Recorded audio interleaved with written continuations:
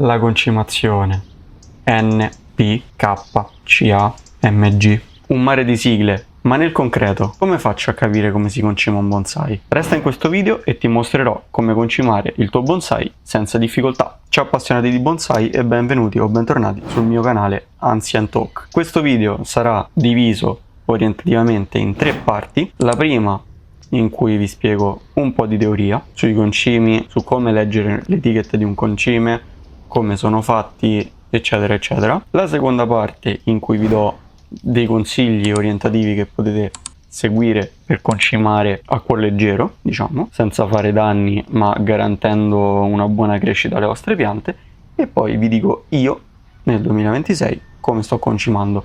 In realtà sono già 2 anni che concimo così, quindi posso dirvi che comunque per il mio caso la tecnica funziona. Ti ricordo, essendo diviso in dei blocchi, qui in basso trovi i capitoli, segui i capitoli e vedi il blocco che ti interessa. Vi ricordo che questo video fa parte della serie Come iniziare a fare bonsai, ve lo lascio in descrizione o in alto a destra, in modo tale che se vi siete persi i video potete andarli a recuperare. Partendo quindi con la teoria, le varie sigle che troviamo nelle etichette N, P, K, C, A, M, G e tutte le altre indicano dei nutrienti, appunto delle sostanze. Banalmente sono le sigle della tavola periodica, in cui N è azoto, P è fosforo, K è potassio, Ca è calcio, eccetera eccetera eccetera. Quello che interessa a voi sapere è che l'N, quindi l'azoto, serve per fare nuova vegetazione, quindi crea nuovo verde. Il fosforo, ovvero la P, serve per creare fiori, semi maggiormente. K, potassio, serve per dare struttura alla pianta, quindi corteccia. E poi ci sono tutti i microelementi che sono, per esempio, cloro, boro, ferro, magnesio, manganese, rame, molibdeno, non me li ricordo tutti sinceramente, però a noi interessa che siano presenti nella pianta e questo mi serve per farvi l'accenno tra concime organico e concime minerale. Che cosa cambia tra i due? Il concime organico è il concime, appunto, che spesso viene associato magari allo stallatico, alla pollina, quindi a concime naturale, spesso fatti da scarti organici, il che è corretto effettivamente, cioè il concime organico è un concime fatto apposta per essere elaborato dai microrganismi del terreno e dopo questa elaborazione che avviene, diciamo, i nutrienti al suo interno possono essere assorbiti dalla pianta tramite le radici.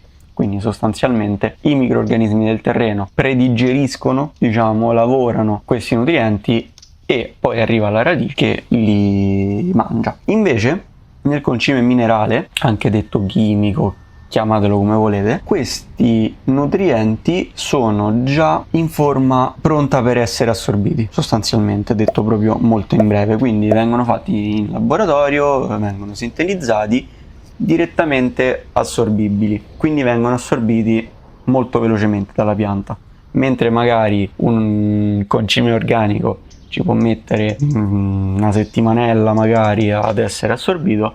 I concimi minerali dopo 1-2 giorni magari già sono in circolo, per darvi a spanne un'idea. Va anche detto che però la nutrizione delle piante è molto più complessa di così, cioè non è che io metto il concime con le concentrazioni più alte possibili, il classico concime 20-20-20, e quindi la pianta esploderà, sarà stupenda. Sì, avrà sicuramente un'alta concentrazione di nutrienti, tra l'altro un 20-20-20 è ultra minerale, però comunque rimane il fatto che la pianta magari avrà tanta spinta, come potrebbe non avere tanta spinta, perché magari una concentrazione troppo alta di sali minerali, perché alla fine quelli sono, nel terreno va a dare fastidio alle radici e quindi la pianta va in sofferenza, può perdere delle radici e può anche morire, cosa che con il concime organico non succede, a meno che non siano veramente casi rarissimi, ma è molto più difficile infastidire la pianta con un concime organico piuttosto che con uno minerale. In generale, per aiutare la pianta ad assimilare i nutrienti,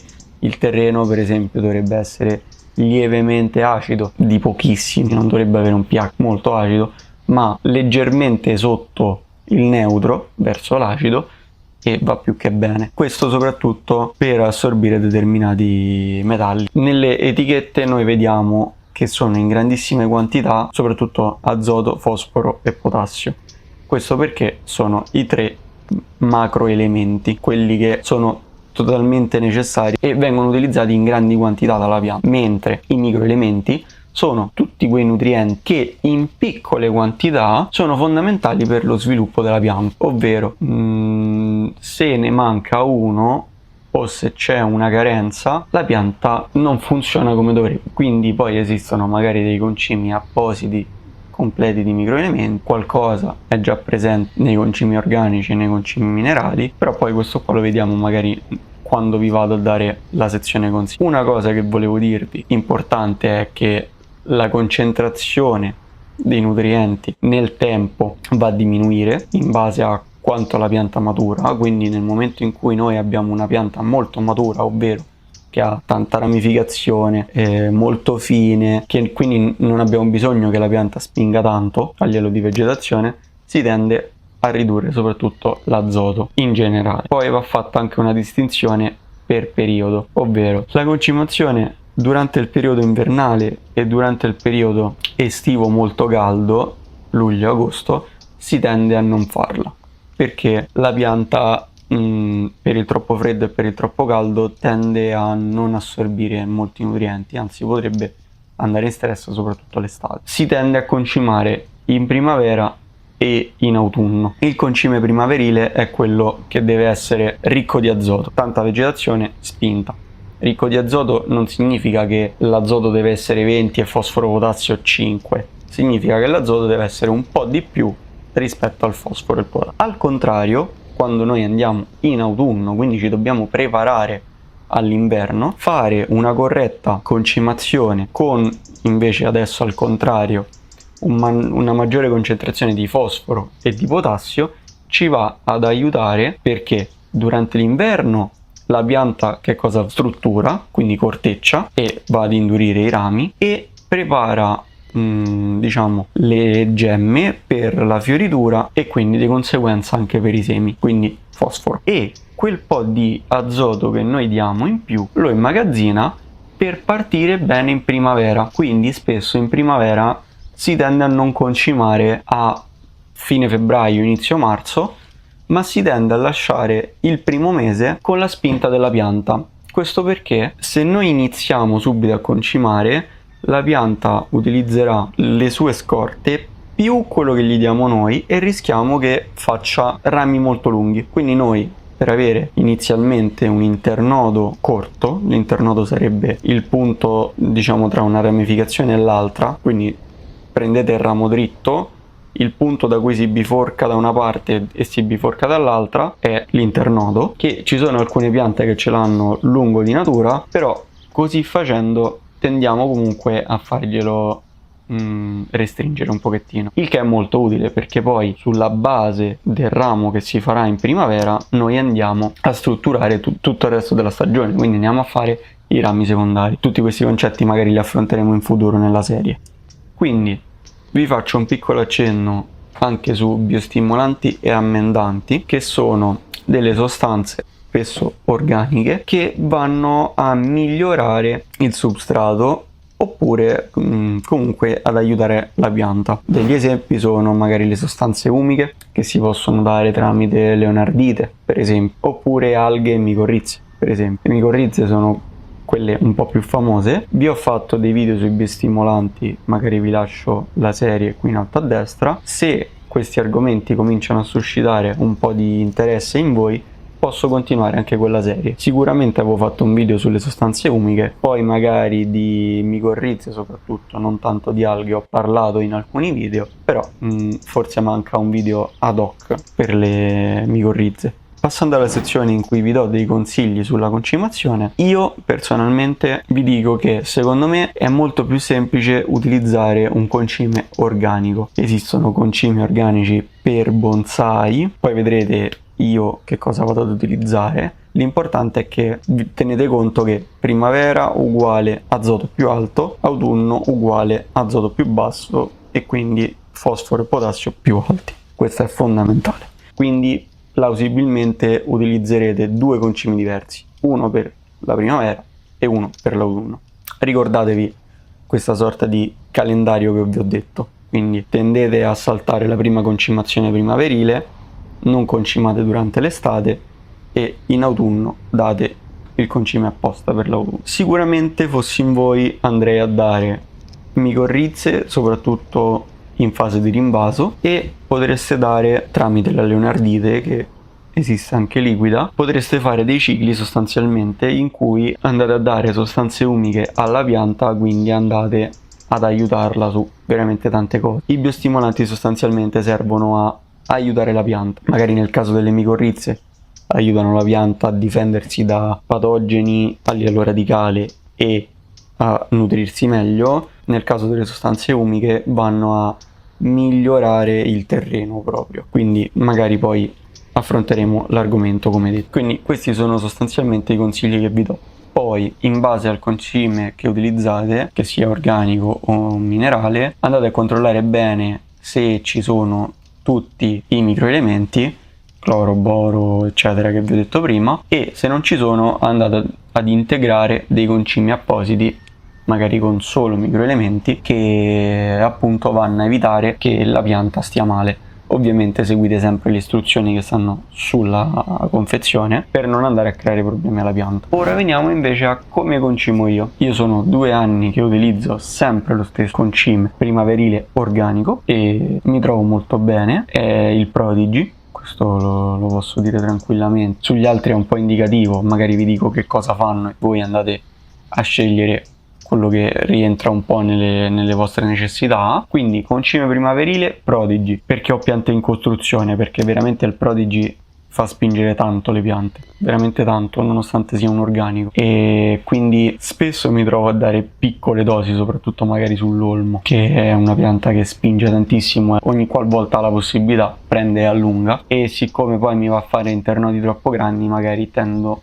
a dare poco Prodigy, perché sennò c'è una spinta veramente molto aggressiva, e il Prodigy lo do praticamente poggiato sul terriccio. Come integro tutti i microelementi? Li integro tramite un concime, questa volta minerale, che vado a dare però per via fogliare. Quindi ho comprato uno spruzzino elettrico, ma lo potete fare anche con uno spruzzino normale. Ci vado a sciogliere in una certa quantità d'acqua, una certa quantità di concime, e vado a nebulizzarlo sulle foglie e sul tronco. Magari verrà assorbito in minore quantità, però lo faccio per non andare a dare fastidio alle radici, perché comunque il concime che utilizzo io ha anche una percentuale molto alta di azoto, fosforo e potassio, quindi non vorrei andare a creare un'eccessiva salinità nel terreno, quindi evito e lo do semplicemente fogliare. Quindi lascio la parte organica al terreno e la parte minerale al foglio. Poi vado a integrare, oltre a questo, dei biostimolanti, quindi micorrizo quando rinvaso le piante, e faccio dei cicli con un prodotto a base di leonardite che sostanzialmente va ad aggiungere tutta una parte organica al substrato, che va veramente a dare un bel aiuto, aumenta la fertilità, diciamo, del terreno, nonostante siano terreni, come vi ho già spiegato nel video sui substrati, che sostanzialmente sono molto granulari, non c'è sostanza organica, quindi la vado a portare, diciamo, tramite questo biostimolante. Quindi secondo me vi ho dato un bel quadro sia teorico sia un consiglio molto semplice. Ovviamente non posso andarvi a consigliare dei prodotti, se no sarebbe una sponsorizzazione. E poi invece durante l'autunno vado a dare un altro concime sempre organico, che però ha più fosforo e potassio rispetto all'azoto. Questo credo sia chiarissimo e mi sto trovando molto bene, quindi credo di avervi fatto un contenuto molto completo. Ovviamente se ci sono ulteriori domande qui sotto nei commenti, oppure me le potete fare tranquillamente in chat privata su Instagram, Facebook e TikTok. Con questo video siamo andati a mettere una buonissima base all'argomento della coltivazione, perché abbiamo già parlato di substrati con ben 2 video, ora abbiamo parlato di concimazione in modo molto approfondito anche a livello teorico. Vi ho dato tutte le nozioni che secondo me sono importanti per iniziare a muoversi nell'ambito della concimazione per i bonsai. Ovviamente nel mio caso parliamo di piante in costruzione, poi man mano che le mie piante andranno in definizione magari vi farò aggiornamenti appositi. Ora mancano 2 parti della coltivazione, ovvero l'annaffiatura e l'esposizione solare. Il prossimo video sarà proprio sull'annaffiatura. L'ho già trattato in 2 video che ho fatto anni fa, però è bene andare a condensare quei 2 video e aggiungere nuove informazioni, come ho fatto su questo video, che è andato a riassumere e a integrare 2 video sulla concimazione che avevo fatto anni fa.